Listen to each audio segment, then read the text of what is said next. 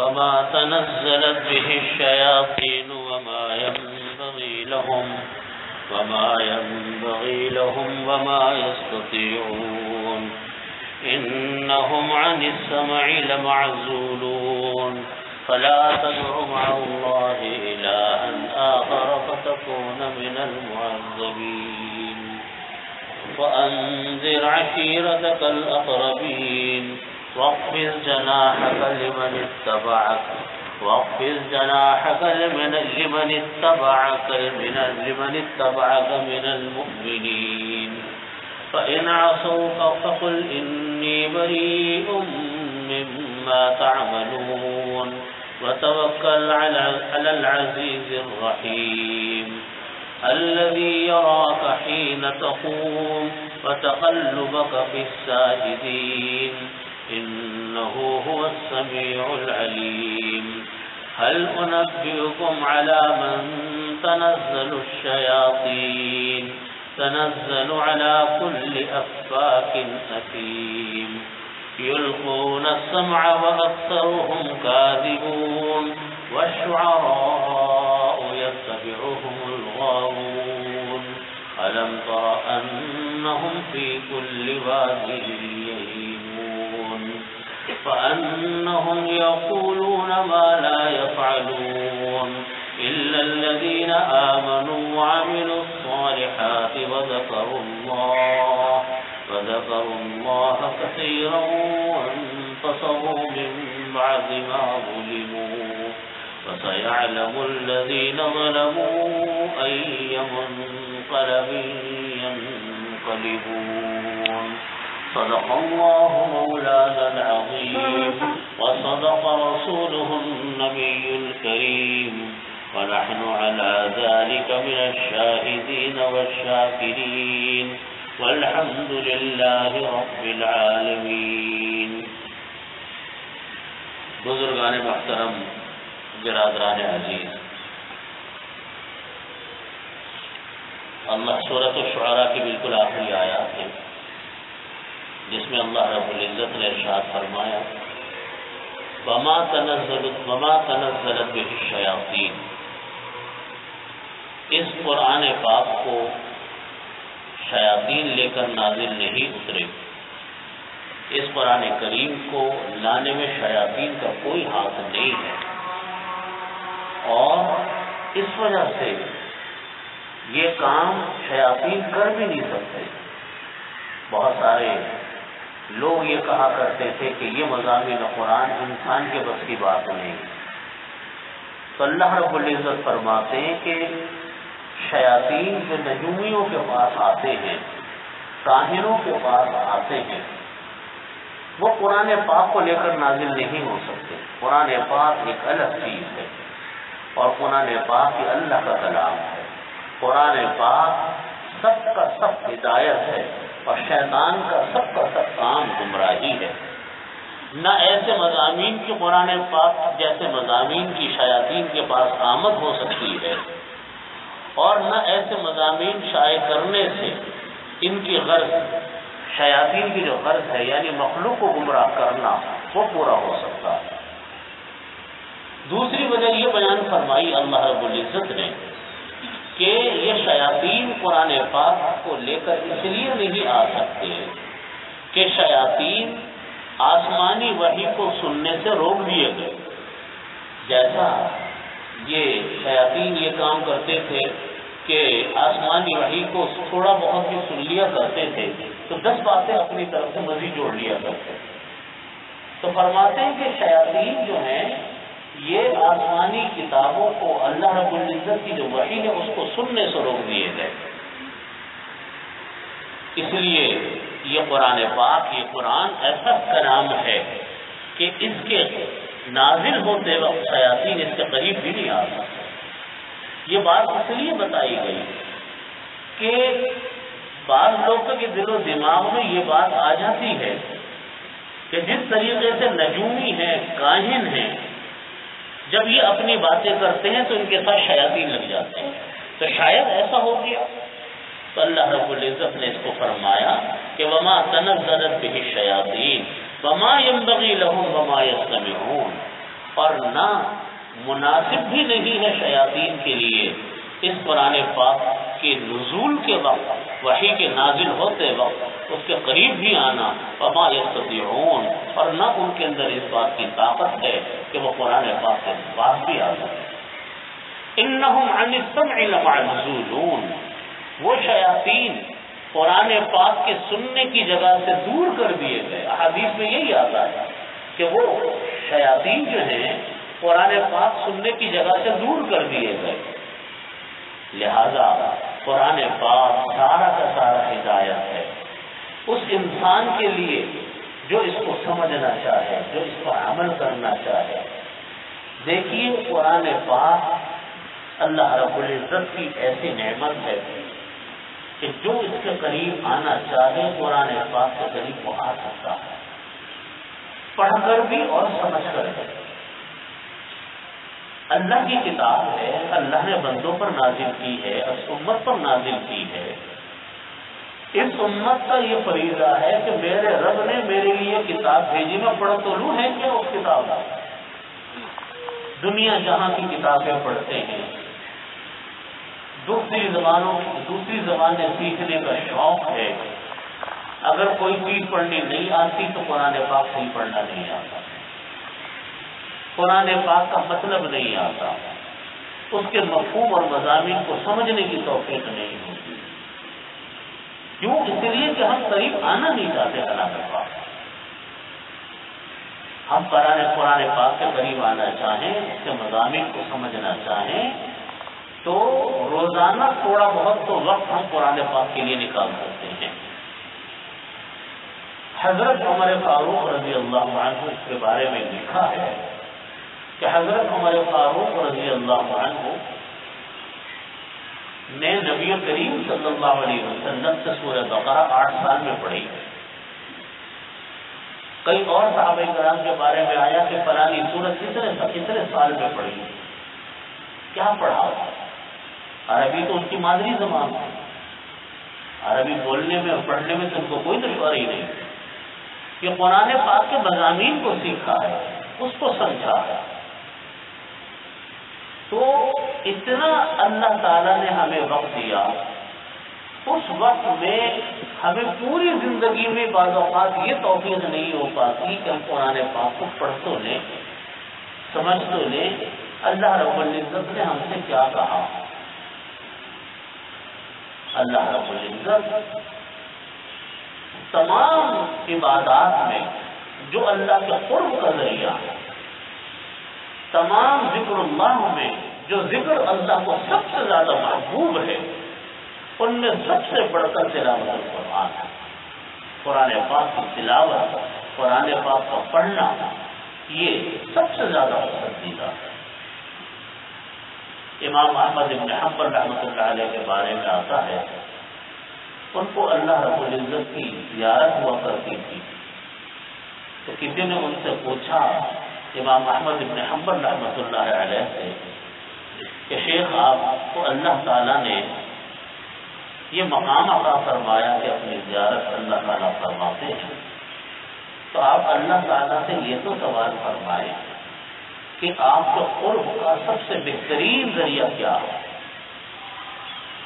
آپ کے قریب ہونے کا سب سے بہترین ذریعہ کیا ہے؟ تو امام احمد بن حنبل رحمۃ اللہ علیہ نے فرمایا کہ ٹھیک ہے، اگر اللہ نے موقع دیا تو سوال بھی کر لوں گا۔ اللہ رب العزت نے پھر موقع عطا فرمایا، زیارت ہوئی، تو امام احمد بن حنبل رحمۃ اللہ علیہ نے سوال کیا کہ یا اللہ آپ کے قرب کا سب سے بہترین ذریعہ کیا ہے؟ تو اللہ رب العزت نے فرمایا کہ تلاوت القرآن، کلام پاک کی تلاوت، یہ میرے قرب کا سب سے بہترین ذریعہ ہے۔ حضرت امام احمد بن حنبل رحمۃ اللہ علیہ نے سوال کیا کہ یا اللہ بفہم او بلا فہم، سمجھ کر پڑھیں یا بغیر سمجھے پڑھیں، پھر آپ کا قرب کا ذریعہ کون تھا؟ اللہ رب العزت نے فرمایا کہ بفہم او بلا فہم، سمجھ کر پڑھو یا بغیر سمجھے پڑھو، میرے قرب کا بہترین ذریعہ تلاوت کلام پاک ہے۔ بالکل ہم نے چھوڑا ہوا. اخبار 1 گھنٹہ پڑھ لیں گے, سیاست سے تبصرے کر لیں گے, ادھر کی ادھر کی باتیں کر لیں گے, وقت نہیں ملتا تو تلاوت کلام پاک کر لیں.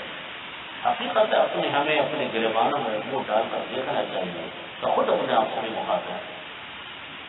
قرآن پاک جتنا عظیم اللہ کی کتاب ہے اس سے بڑی کون سی کوئی چیز ہو سکتی ہے.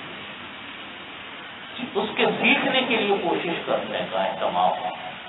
ہمارے ہاں لوگ جوان ہو جاتے ہیں, ان کو قرآن پاک تجوید سے پڑھنا نہیں آتا.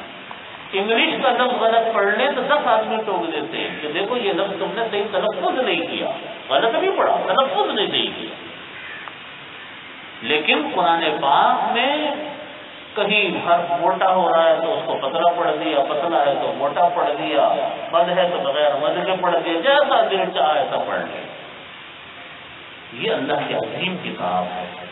اس کے ایک ایک لفظ کے پڑھنے کے طریقے یہ زمانے زراعت سے چلے آ رہے ہیں, صحابہ کرام سے چلے آ رہے ہیں کہ کیسے پڑھا جائے گا اس لفظ کو.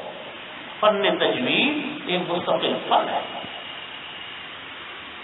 اس کے لیے ہمیں جس طرح ہمارے ہاں محنت ہوتی اپنے بچوں کے لیے, اہتمام ہوتا اپنے بچوں کے لیے, خود ہمارا اس کے پڑھنے کا اہتمام, اس کے معانی کا اہتمام, ایسا اہتمام بہت کم نظر آ رہا اپنے ماحول میں, اپنے گرد و پیش میں. تو بات یہ ہے کہ یہ اللہ تعالیٰ کی کتاب ہے, پاکیزہ کتاب ہے. نہ اس کے جیسے الفاظ اور اس جیسے مضامین کوئی بنا سکا نہ بنا سکے گا. یہ اللہ کی کتاب ہے. اللہ تعالیٰ اسی کو فرماتے کہ فَلَا تَدْعُ مَعَ اللَّهِ إِلَٰهًا آخَرَ فَتَكُونَ مِنَ الْمُعَذَّبِينَ. فرمایا کہ آپ اللہ کے ساتھ کسی دوسرے خدا کو پکاریے گا مت.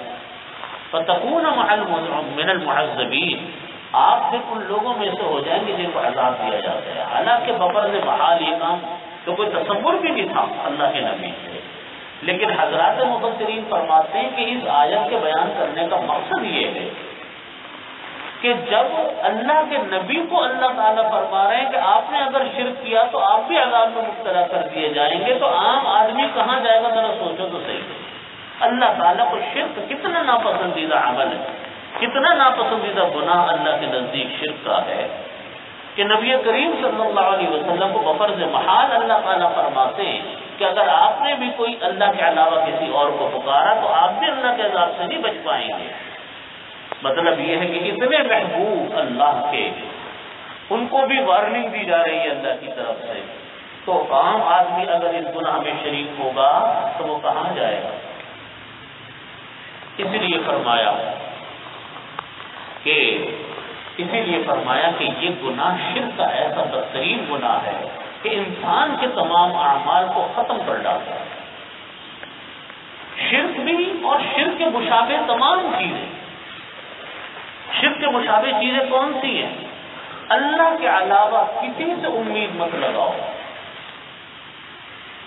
اللہ وحدہ لا شریک ہے, دینے والا وہ ہے, زندگی دینے والا اللہ ہے, موت دینے والا اللہ ہے, رازق اللہ ہے, صحت دینے والا اللہ, بیماری دینے والا اللہ, سب کام کرنے والا اللہ. غیر اللہ کی کوئی طاقت نہیں, سب طاقتوں کا مرکز اور منبع اللہ کی ذات ہے.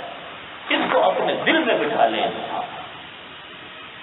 سب کچھ کرنے والی ذات اللہ کی ہے. غیر اللہ کے علاوہ کسی کے پاس اگر کچھ تھوڑی بہت کچھ اختیار ہے تو اللہ کا عطا کرتا ہے, ورنہ اس بندے کا کوئی اختیار ہے. ہر انسان کے پاس چھوٹی موٹی طاقت ہوتی ہے. ایک انسان ہاتھ ہلا رہا ہے, پیر ہلا رہا ہے, دماغ چلا رہا ہے, آنکھوں سے دیکھ رہا ہے, کانوں سے سن رہا ہے. اس کی جسم کی ایک طاقت ہے. یہ کس کی دی ہوئی ہے؟ اللہ کی. کوئی عضو کام کرنا بند کر دیتا ہے تو بند ہو گیا, چلو جی ختم. اب دنیا جہاں کے جتن کر ڈالو, علاج پہ پیسے خرچ کر ڈالو, بڑے سے بڑے ڈاکٹر کو دکھا لو, ہر طرف سے ایک ہی جواب آتا ہے کہ ممکن نہیں. رزق دینے والے اللہ. ایسے ایسے مریضوں کو دیکھا کہ پیسے بھی ہیں, کوئی کمی نہیں, ہر چیز اللہ کی نعمت میسر ہے، کوئی کمی نہیں، لیکن بیماری ایسی ہے کہ حلق سے کوئی چیز نیچے نہیں اترتی۔ دنیا نے جتن کر ڈالے، بڑے بڑے ڈاکٹروں نے جتن کر ڈالے، علاج کر لیے، سب کچھ کر کے دیکھ لیا، حلق سے اترتا کچھ نہیں۔ کیا مطلب ہے اس کا؟ کہ انسان زندہ بھی ہوتا ہے بعض اوقات، لیکن جتنا رزق اللہ نے اس کے مقدر میں لکھ دیا اتنا ہی استعمال کرے گا، اس سے زیادہ نہیں کرے گا۔ طاقتوں کا مرکز اللہ ہے، جس چیز کی جو طاقت اللہ نے دے دی، ہاتھ میں، پیر میں، دماغ میں، آنکھوں میں، کانوں میں، جو طاقت ہے مرکز سب کچھ اللہ کے عطا ہے۔ جس دن اللہ نے فیصلہ فرما دیا کہ آج سے اس کا کام بند، اس کی طاقت بند، وہ چیز بیکار ہو گئی۔ تو پتہ کیا چلا کہ اللہ سب کچھ کرنے والا تھا۔ اسی عقیدے کا نام ہے ایک اللہ کے اوپر ایمان لانے والا۔ غیر اللہ کچھ نہیں کر سکتا، اللہ کے علاوہ کسی کی کوئی قدرت نہیں، کسی کی کوئی طاقت نہیں، لا حول ولا قوت الا باللہ، کوئی مجال نہیں، کوئی طاقت نہیں الا باللہ، مگر سوائے کس کے؟ اللہ وحدہ لا شریک۔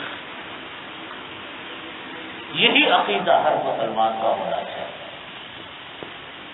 لوگ قبروں پر جاتے ہیں، چادریں چڑھاتے ہیں، لوگ قبروں پر جاتے ہیں، منتیں مانگتے ہیں، مرادیں مانگتے ہیں۔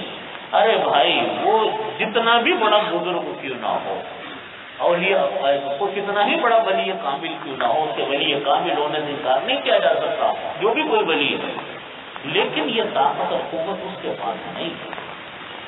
یہ طاقت اور قوت کے خزانے اللہ کے پاس ہے۔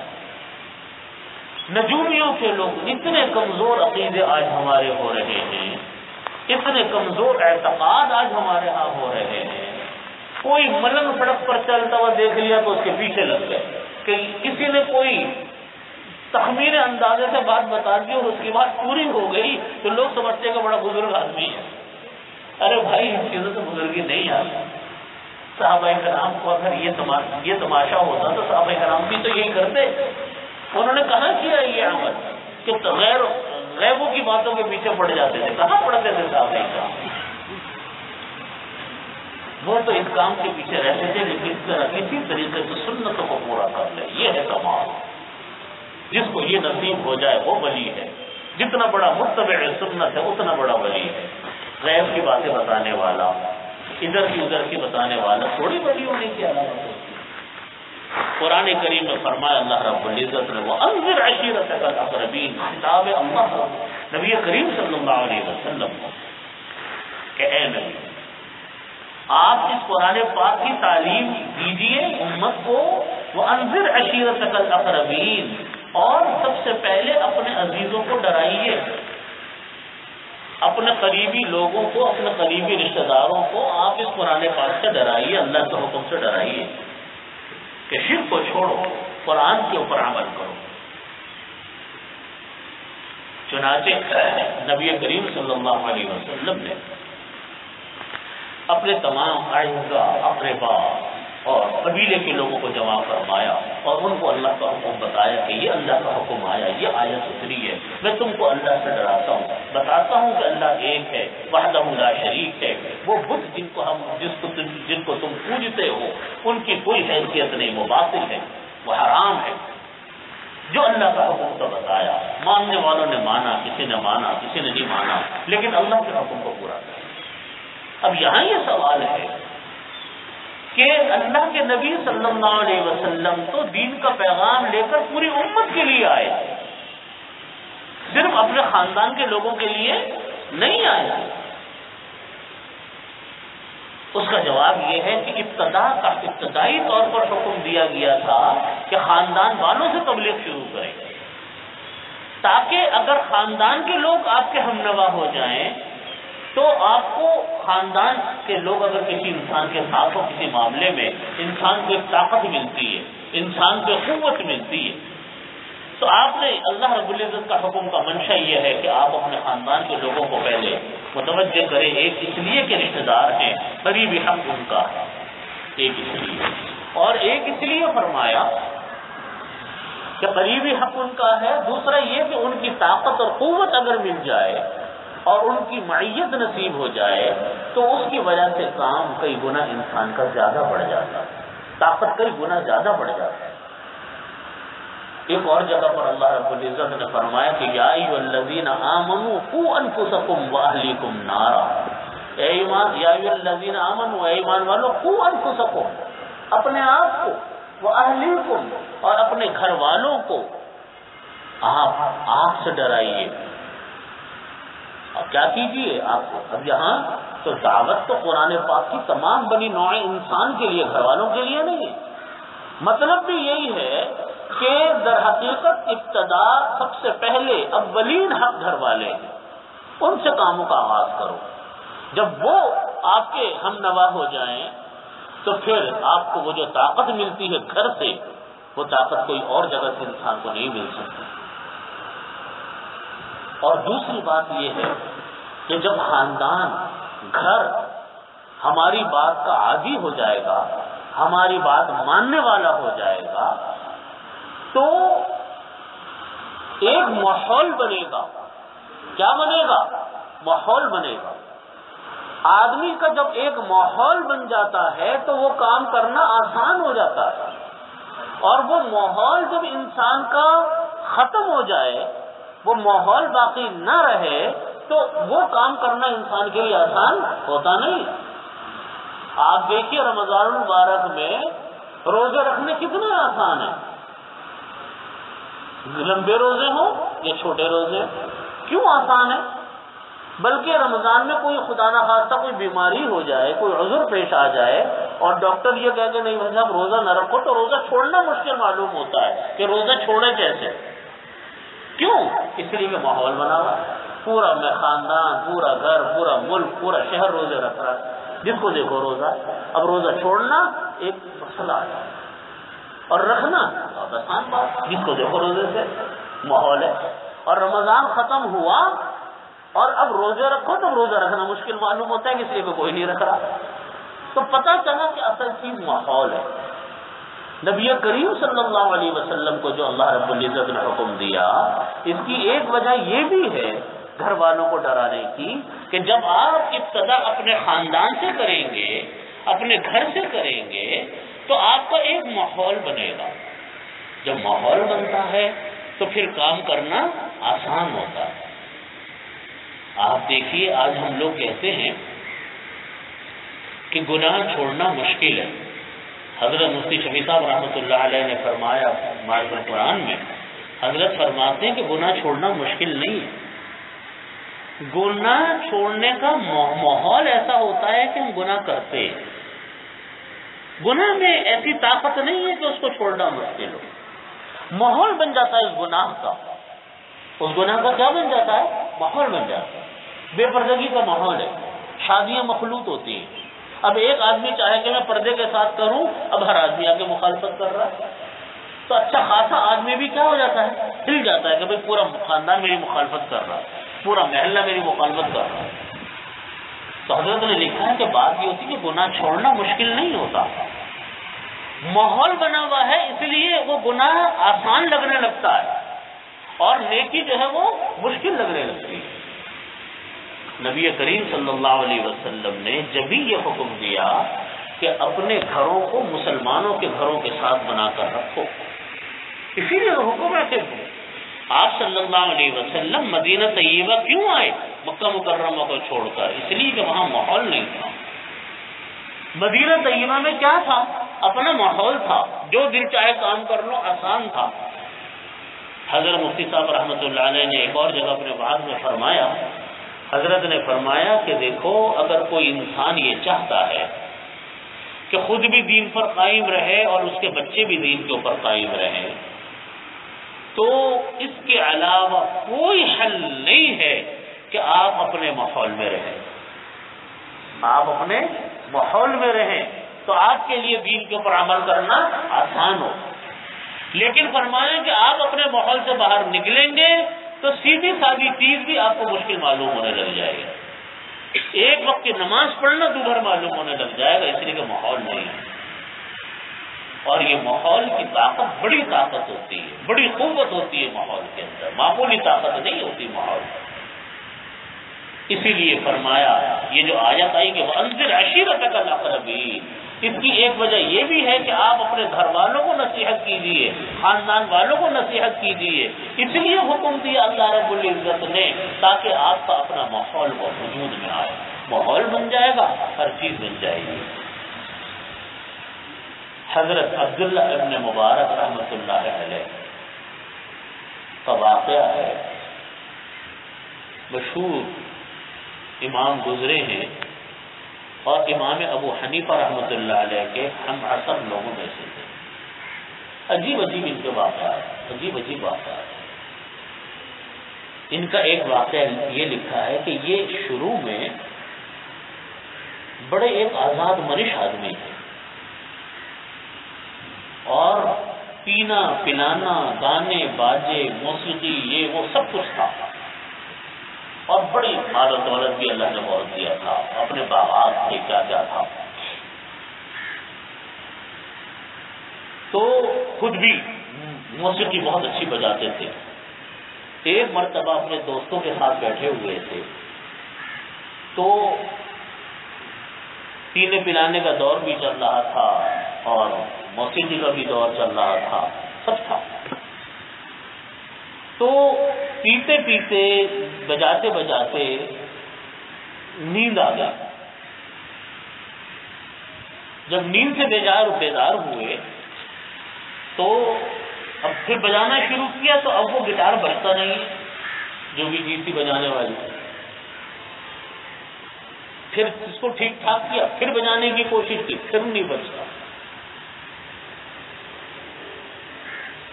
ان کے حالات میں لکھا ہے کہ ان کو ایک آواز آئی، قرآن پاک کی ایک آیت سنائی دی، جب انہوں نے بجانے کی کوشش کی اس میں سے آئی یا کس میں سے آئی واللہ اعلم، یہ آیت کلام پاک کی ان کو سنائی دی کہ الم یأن للذین آمنوا ان تخشع قلوبہم لذکر اللہ، کیا اب بھی وقت نہیں آیا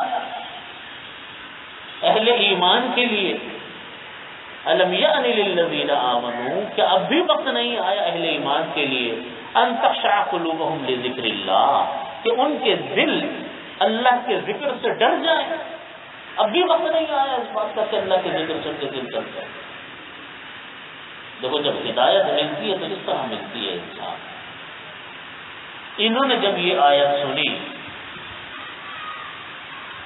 تو انہوں نے فوراً کہا کہ یا اللہ بلا ان قد جاء الآن، ہاں اب وہ وقت آ گیا جب ہمارا دل اللہ کے ذکر سے ڈرتا ہے۔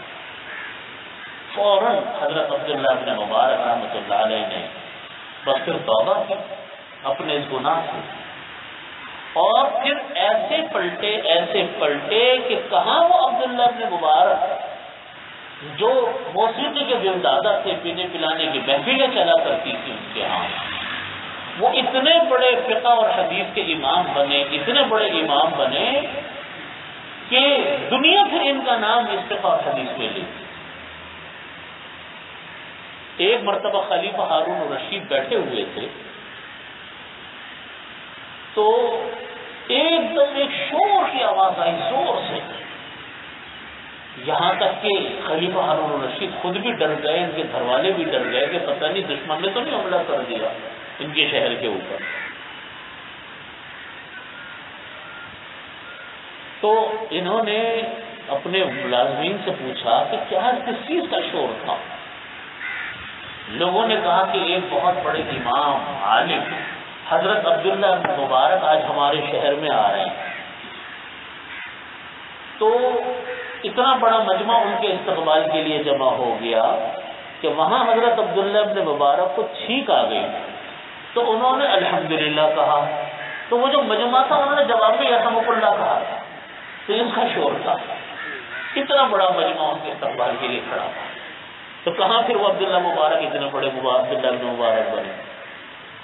ایک اور ان کا واقعہ لکھا ہے حضرت عبداللہ مبارک رحمۃ اللہ علیہ کا کہ ایک مرتبہ حج کے سفر پہ جا رہے تھے، عجیب عبرت آموز واقعہ ہے، حج کے سفر پہ جا رہے تھے، ہر سال جانے کا معمول تھا، تو ایک مرتبہ کسی علاقے سے گزرے قافلے میں چلتے تھے پہلے زمانے میں لوگ، تو وہاں ایک آبادی کے پاس سے گزرے تو دیکھا کیا کہ ایک کوڑے، جہاں پہ لوگ کوڑا نہیں ڈال کے ڈالتے تھے، گندگیاں ڈالتے تھے، وہاں ایک پڑی ہوئی مرغی پڑی ہوئی تھی، مری ہوئی مردہ مرغی پڑی ہوئی تھی۔ تو ایک بچی آئی، اس نے کوڑے میں سے کوئی چیز ڈھونڈی تو اس کو مرغی ملی، مرغی اٹھا کے لے کے چلی گئی، مردہ مرغی۔ حضرت عبداللہ ابن مبارک رحمۃ اللہ علیہ کے دل پہ بڑا اثر ہوا کہ پتہ نہیں کون بچی ہے جو مردہ اتنی کوڑے میں سے اٹھا کر لے گئی، کیا کرے گی اس مردہ مرغی کا۔ یہ پیچھے پیچھے چلے اس، وہ بچی چلتی رہی اٹھا کے، یہ پیچھے پیچھے چلتے رہے۔ ایک گھر میں وہ بچے داخل ہوئی تو انہوں نے جا کر اس گھر کے اوپر دروازے پر دستک دی، تو تھوڑی دیر تک تو کوئی نکلا نہیں، پھر اندر سے کسی خاتون کی آواز آئی۔ انہوں نے پوچھا کہ آپ کون ہیں؟ انہوں نے بتایا کہ میں آپ کے لیے ایک اجنبی انسان ہوں، میں مسافر ہوں، اور پھر پورا واقعہ بتایا کہ میں نے آپ کے گھر کی ایک بچی کو کوڑے سے مرغی اٹھا کر لے جاتے ہوئے دیکھا جو مردہ مرغی تھی، تو میں یہ پوچھنا چاہتا ہوں کہ آپ کے گھر میں کوئی مجبوری ہے کیا جو یہ بچی کوڑے سے مردہ مرغی اٹھا کر لے کر گئی ہے؟ تو اس خاتون نے کہا کہ بات یہ ہے کہ میرے شوہر کا انتقال ہو گیا، میں بیوہ عورت ہوں، اور میرے بچیاں ہیں، چھوٹی چھوٹی بچیاں ہیں، ہمارے پاس اب ذریعہ معاش کوئی نہیں، کوئی ذریعہ معاش ہمارے پاس نہیں، تو ہم کئی وقتوں کے فاقے سے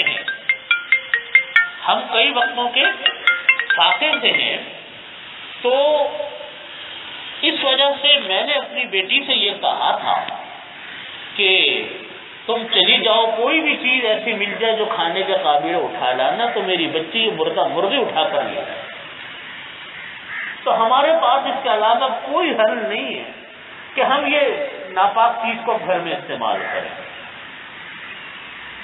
حضرت عبداللہ ابن مبارک رحمۃ اللہ علیہ کے دل پر بڑا اثر ہوا، اور انہوں نے سوچا کہ میں کئی سال سے نفلی حج پر یہ رقم خرچ کرتا ہوں، اور دوسری طرف وہ انسان ہیں جن کو کہ کئی وقتوں کے فاقے جن کے گھروں پر ہو رہے ہیں۔ تو حضرت عبداللہ ابن مبارک رحمۃ اللہ علیہ نے اپنے ساتھیوں سے کہا کہ اب میں حج پہ نہیں جاؤں، میں یہیں سے واپس پلٹتا ہوں، اور جو میں سفر کے لیے، حج کے سفر کے لیے رقم لے کر آیا تھا وہ پوری لے جا کر ان بچوں کو، ان بچیوں کو، بیوہ عورت کو لے جا کر دی، اور واپس آ گئے۔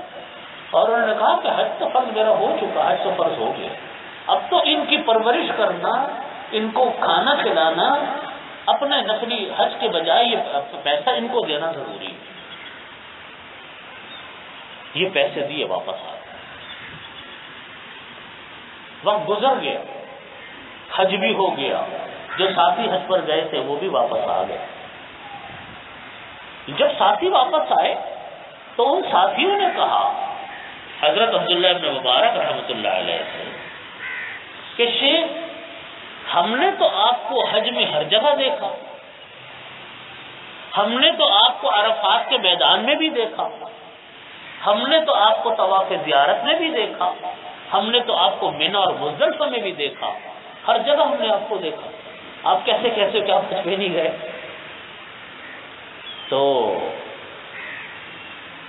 کسی نے ذریعے سے حضرت عبداللہ ابن مبارک رحمۃ اللہ علیہ کو یہ بشارت ملی کہ اللہ رب العزت کو آپ کی یہ عبادت کہ آپ نے غریب بچیوں کے لیے اور بیوہ عورت کے لیے اپنا زاد راہ دے دیا تھا، اللہ تعالیٰ کو آپ کی یہ عبادت اتنی پسند آئی، قیامت تک کے لیے جتنے حج ہوں گے اللہ تعالیٰ نے فرشتے کو مامور فرما دیا، قیامت تک جتنے حج ہوں گے وہ فرشتہ آپ کی طرف سے حج کرتا ہے۔ یہ حضرت عبداللہ بن مبارک رحمۃ اللہ علیہ کا عجیب و غریب واقعہ۔ یہ ہے جب کایا پلٹ ہوتی ہے تو کہاں تو موسیقیاں بجانے والے، کہاں شراب و کباب کی محفلیں، اور کہاں پھر وہ حضرت عبداللہ ابن مبارک رحمۃ اللہ علیہ جن سے جن کا نام لے کر آج انسان کے دل کی کیفیت بدل جاتی ہے. یہ عجیب اللہ کی طرف سے ہوتا ہے. حضرت ذر بن حبیش مشہور تابعی ہیں اور حضرت عبداللہ ابن مسعود رضی اللہ عنہ مفسر قرآن ان کے شاگرد خاص ہیں. حضرت ذر بن حبیش رحمۃ اللہ علیہ تابعی ہیں. حضرت عبداللہ ابن مسعود کی طرف سے جتنی قرأتیں اور روایات چلتی ہیں حضرت ذر بن حبیش سے چلتی ہیں. یعنی وہ حضرت عبداللہ ابن مسعود نے ان کو سنائے، انہوں نے دوسروں کو سنائے. یہ گلوکار تھے زبردست. جس مجلس میں ذر بن حبیش آتے انسانوں کے ٹھٹ لگ جاتے تھے ان کے گانے سننے کے لیے. اتنے بڑے گلوکار کہ ان کی گانے کی مجلسیں اور محفلیں رات بھر چلتی ہیں. اور ایک انسان کا ہجوم تھا جو ان کو سننے آتا تھا. کہتے ہیں نا کہ اللہ کے نیک بندوں کی کبھی صحبت نصیب ہو جائے. یہ جو کہتے ہیں میں فلانے بزرگوں سے ملنے جا رہے ہیں، معمولی بات نہیں ہوتی ہے، ہوتی ہے کوئی بات اس کے اندر. اللہ کے نیک بندوں کا ہاتھ مل جائے، ان کا قرب نصیب ہو جائے، ان کا کہیں سے کوئی مت انسان کو ہو جائے، زندگی کی کایا پلٹ بعض اوقات ہو جاتی ہے. تو حضرت ذر بن حبیش رحمۃ اللہ علیہ ایک مرتبہ اپنے گانے باجے کا پروگرام کر کے اترے اور کہیں جا رہے چلے تو قریب سے حضرت عبداللہ ابن مسعود رضی اللہ عنہ گزر گئے پاس سے. حضرت عبداللہ ابن مسعود رضی اللہ عنہ نے ان کو ایک جملہ کہا. حضرت عبداللہ ابن مسعود رضی اللہ عنہ نے فرمایا کہ اللہ نے تم کو اتنی خوبصورت آواز دی کہ تمہاری آواز سننے کے لیے دور دور سے انسان آتا ہے، اور تم نے یہ آواز اللہ کی نافرمانی میں استعمال کر دی. کاش یہ آواز اللہ کے کلام پڑھنے میں استعمال ہوتی، کاش یہ آواز اللہ کا کلام پڑھنے میں استعمال ہوتی. یہ جملہ کہا حضرت عبداللہ بن مسعود نے اور یہ چلے گئے. وہ صحابی رسول بھی ایسے صحابی جو مفسر قرآن بھی ہیں، اور کیا عظیم فضائل ہیں حضرت عبداللہ بن مسعود رضی اللہ عنہ کے. اللہ ان کے دل پر ایسی چوٹ لگی اس جملے کی. کہتے ہیں نا بعض اوقات اللہ کے نیک بندوں کا جملہ جو ہے نا بالکل دل چیرتا ہوا نکل جاتا ہے. ان کے دل پہ ایسی بات لگی، صحابی رسول تھے، کہ ایسی توبہ کی. پھر حضرت ذر بن حبیش نے اپنے اس پیشے سے ایسی توبہ کی کہ توبہ کر کے پھر آئے حضرت عبداللہ بن مسعود رضی اللہ عنہ کے پاس اور کہا کہ اب میں آپ سے قرآن پاک پڑھنا چاہتا ہوں. حضرت عبداللہ بن مسعود رضی اللہ عنہ نے ان کو کلام پاک پڑھایا، اور پھر یہ قرآن پاک کے اتنے بڑے قاری بنے کہ جو انسانوں کا ہجوم پہلے ان کے گانے سننے کے لیے آتا تھا اب ان کی تلاوت سننے کے لیے آتا تھا. یہ عالم تھا. تو پھر اتنے بڑے فرزند کے امام بنے کہ آج بھی حدیث کے اندر حضرت عبداللہ بن مسعود رضی اللہ عنہ سے جو روایات آتی ہیں وہ آتی ہے عن ذر بن حبیش عن عبداللہ بن مسعود عن النبی صلی اللہ علیہ وسلم قال. یوں آتی ہے کہ حضرت ذر بن حبیش نے روایت کی حضرت عبداللہ بن مسعود سے، حضرت عبداللہ بن مسعود نے روایت کی حضرت نبی علیہ السلام سے. اس طرح چلتی ہے روایت. تو یہ نصیحتیں، یہ مجلسیں، یہ بزرگوں کی صحبت، یہ قرآن پاک کا پڑھنا، یہ کبھی انسان کے لیے خالی جانے والی چیز ہے نہیں. فرمایا کہ وقت جناحک لمن اتبعک من المؤمنین، آپ جھکا کر رکھیے اپنے بازوؤں کو لمن ان لوگوں کے لیے اتبعک من المؤمنین جو ایمان والے ہیں، آپ کے جو ساتھی ہیں ان کے لیے. فإن عصوک فقل انی بریء مما تعلمون مما تعملون. فرمایا اللہ رب العزت نے نبی کریم صلی اللہ علیہ وسلم کو فرمایا کہ آپ اللہ کا پیغام پہنچائیے، پھر بھی کوئی انسان اگر آپ کی نافرمانی کرتا ہے تو فرما دیجیے انی بریء مما تعملون، میں جو کام تم لوگ کرتے ہو میں اس سے بیزار ہوں. وتوکل علی العزیز الرحیم، اور اللہ پر جو کہ عزیز ہے، زبردست ہے، الرحیم جو کہ رحم کرنے والا ہے، اس پر آپ بھروسہ کیجیے۔ کیا مطلب ہے؟ یہ مت سوچئے گا کہ میں دین کا پیغام پہنچاؤں گا تو لوگ میرے سے ناراض ہو جائیں گے، لوگ مجھ کو نقصان پہنچا دیں گے۔ فرمایا کہ اس پر اللہ پر بھروسہ کیجیے، آپ کا کام اللہ کا حکم پہنچانا ہے، کوئی آپ کو غرض نہیں پہنچا سکتا، اللہ پر بھروسہ کیجیے۔ الذی یراک حین تقوم، وہ اللہ وہ ہے یراک جو آپ کو دیکھتا ہے، حین تقوم جب آپ نماز کے لیے کھڑے ہوتے، یعنی اللہ تعالیٰ تو آپ کو مسلسل دیکھ رہا ہے، ایک ایک حرکت پر آپ کی نظر ہے، کون کیسے آپ کو نقصان پہنچا دے گا۔ بتقلبک فی الساجدین، اور سجدے میں آپ کا آنا جانا، اس کو اللہ تعالیٰ دیکھتے ہیں۔ انہ هو السمیع العلیم، وہ اللہ سننے والا ہے، العلیم وہ اللہ جاننے والا ہے۔ هل انبئکم علی من تنزل الشیاطین، کیا میں آپ کو بتلاؤں کہ شیاطین کس کے پاس آتے ہیں؟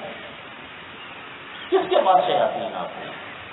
تنزل علی کل افاک اثیم، ہر گناہ گار جھوٹے انسان کے پاس شیاطین آتے ہیں۔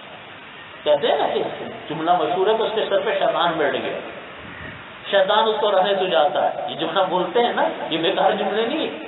جب انسان گناہ زیادہ کرتا ہے، نافرمانی والے کام کرتا ہے، تو پھر شیاطین آتے ہیں اس کو راستے سجانے کے لیے، کیسے نہیں ایسے کر لو، فلانا کام ایسے نہیں ایسے کر لو، بغاوت پر اکساتے ہیں۔ یلقون السمع واکثرهم کاذبون، یہ جو کاہن ہیں، نجومی ہیں، الٹے سیدھے کام کرنے والے، گناہوں کے کام کرنے والے، یا جو انسان گناہوں کے کاموں میں لگے رہتے ہیں، آپ ان کو کوئی بات سمجھاؤ ان کے سمجھ میں آتی نہیں، اس لیے کہ اب ان کے ساتھ شیاطین لگ جاتے ہیں، وہ اس کو کوئی بات سمجھنے نہیں دیتے، کوئی نہ کوئی تصرف اس کے اوپر کرتے ہیں اپنا۔ یلقون السمع واکثرهم کاذبون، وہ ڈالتے ہیں اس کے اوپر باتوں کو، ان میں سے اکثر شیاطین جھوٹے ہوتے ہیں۔ تو پتہ چلا کہ جب انسان گناہوں کے کام کرتا ہے، معاصی کرتا ہے، پھر اس انسان جیسا شیاطین لگتے ہیں۔ اب سوال یہ کہ گناہ تو ہم سے معصوم کرنے سے کوئی بھی نہیں ہے بھائی، معصوم تو صرف کون ہے؟ انبیاء کرام ہے، پیغمبر علیہ الصلوۃ والسلام ہے، وہ معصوم ہے، گناہ تو ہم سب سے ہوتے ہیں۔ اس کا جواب یہ کہ گناہ تو ہوتے ہیں، لیکن انسان اگر گناہوں کے اوپر معافی کا اہتمام کرے، گناہ کوئی ہو جائے اس پر استغفار کرے، نمازیں پڑھنے کا اہتمام کرے، ذکر اللہ کا اہتمام کرے، صبح شام استغفار کا اہتمام کرے، تو یہ شیطانی اثرات انسان کے اوپر سے وہ ختم ہو جاتے ہیں۔ تو اس کو فرماتے ہیں کہ وَالشُّعَرَاءُ يَتَّبِعُهُمُ الْغَاوُونَ، شعراء جو شاعر ہوتے ہیں، يَتَّبِعُهُمُ الْغَاوُونَ، وہ ان شیاطین کی بات پر چلتے ہیں جو کہ بے راہ ہوتے ہیں، یعنی شاعروں کی بات پر وہی چلتے ہیں جو بے راہ ہو۔ أَلَمْ تَرَ أَنَّهُمْ فِي كُلِّ وَادٍ يَهِيمُونَ، کیا آپ نے نہیں دیکھا کہ وہ جو شاعر لوگ ہیں ہر میدان میں سر مارتے پھرتے ہیں، وَإِنَّهُمْ يَقُولُونَ مَا لَا يَفْعَلُونَ، اور وہ شاعر لوگ وہ بات کہتے ہیں جو وہ کرتے نہیں، إِلَّا الَّذِينَ آمَنُوا، ہاں البتہ اگر اہل ایمان شاعر ہیں، وَعَمِلُوا الصَّالِحَاتِ، نیک اعمال کرنے والے شعراء ہیں، وَذَكَرُوا اللَّهَ كَثِيرًا، اور اللہ کا ذکر بہت ذکر کرنے والے وہ شعراء ہیں، وَانتَصَرُوا مِن بَعْدِ مَا ظُلِمُوا، تو ان کا اللہ نے استثناء فرمایا۔ جب یہ آیت نازل ہوئی تو صحابہ کرام میں بھی بڑے بڑے شاعر تھے، زبردست شعراء تھے، حضرت حسان ابن ثابت رضی اللہ عنہ، حضرت عبداللہ ابن رواحہ رضی اللہ عنہ، حضرت کعب ابن مالک رضی اللہ عنہ، یہ مشہور صحابہ کرام تھے، بڑے بڑے شاعر تھے۔ یہ جب شعر کہنے بیٹھتے تھے دنیا ان کے شعر سنتی، یہ روتے ہوئے آئے نبی کریم صلی اللہ علیہ وسلم کے بعد جب یہ آیات نازل ہوئی، ان تینوں صحابہ کرام نے روتے ہوئے کہا کہ یا رسول اللہ ہم تو مارے گئے، ہم تو شعر کہتے ہیں ہمارے بارے میں تو یہ آیات نازل ہوئی، ہم کہاں جائیں گے؟ تو نبی کریم صلی اللہ علیہ وسلم نے ان کو تسلی دی، فرمایا کہ آپ آیت کے آخری حصے کو دیکھو، اس سے آپ لوگ نکل گئے۔ آیت کا آخری حصہ یہ کہ جو لوگ ایمان لائے، اعمال صالحہ کیے، اللہ کا ذکر کیا، وہ ان شعراء میں داخل نہیں۔ نبی کریم صلی اللہ علیہ وسلم نے ان صحابہ کرام کو تسلی دی اور کہا کہ کہ آپ کو جو شعر کہتے ہیں بامقصد شعر ہوتے ہیں، آپ جو شعر کہتے ہیں وہ تو کہ کوئی نہ کوئی سبق اور درس لیے ہوئے شعر ہوتے ہیں، لہذا آپ ان کے اندر داخل نہیں۔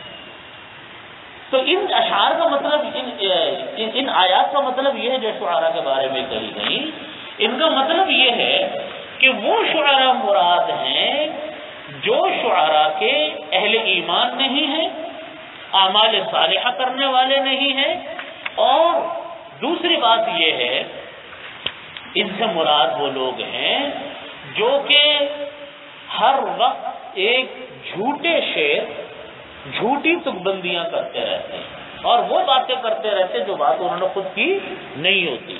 یہ ان کے لوگوں وہ لوگ مراد ہیں آپ، یعنی چنانچہ اسی لیے فرمایا کہ وہ شعراء جو فحش اشعار کے ہیں، گندے اشعار کے ہیں، وہ شعراء جو جھوٹی باتیں کے ہیں، وہ شعراء جو شرک اور بدعت کے اشعار کے ہیں، وہ شعراء جو کہ بالکل بے بنیاد باتیں اس کے اندر کرتے ہوں، فرمایا کہ وہ اس کے اندر داخل ہیں، عام افراد اس کے اندر داخل نہیں ہیں۔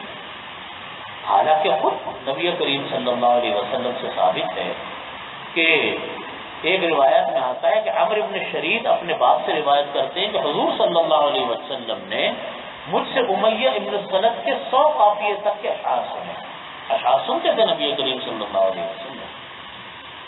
وہ فرماتے ہیں کہ میں نے حضرت مطرف فرماتے کہ میں نے کوفہ سے بصرہ تک حضرت عمران ابن حسین رضی اللہ عنہ کے ساتھ سفر کیا، ہر منزل پر مجھے شعر سناتے تھے۔ طبری نے یہ بات لکھی ہے کہ بڑے بڑے صحابہ کرام، تابعین، یہ حضرات کا معمول تھا اشعار سنانے کا۔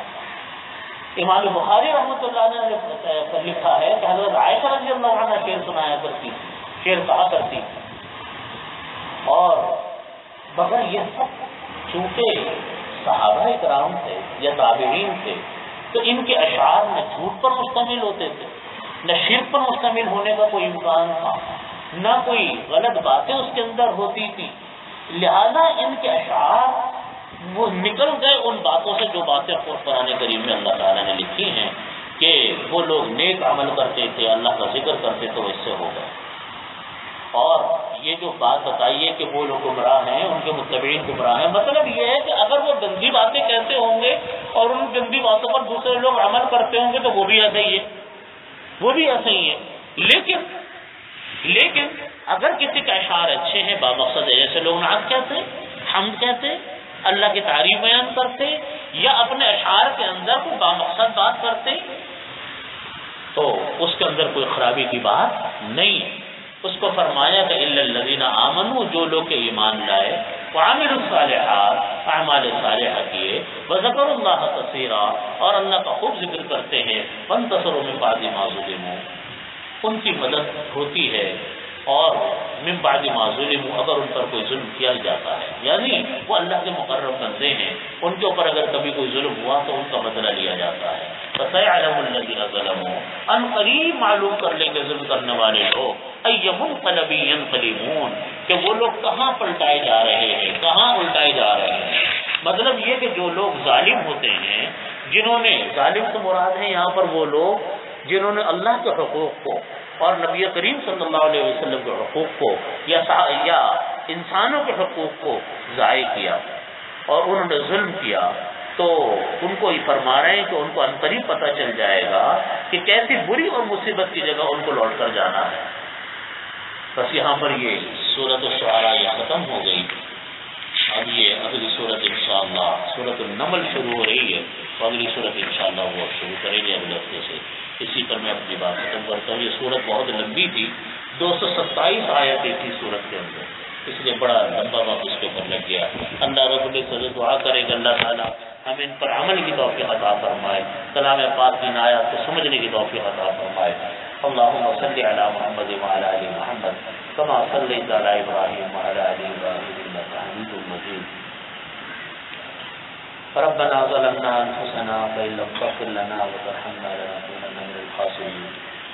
يا حي يا قيوم برحمتك أستغيث، أصلح لنا شأننا كله ولا تكلنا إلى أنفسنا طرفة عين۔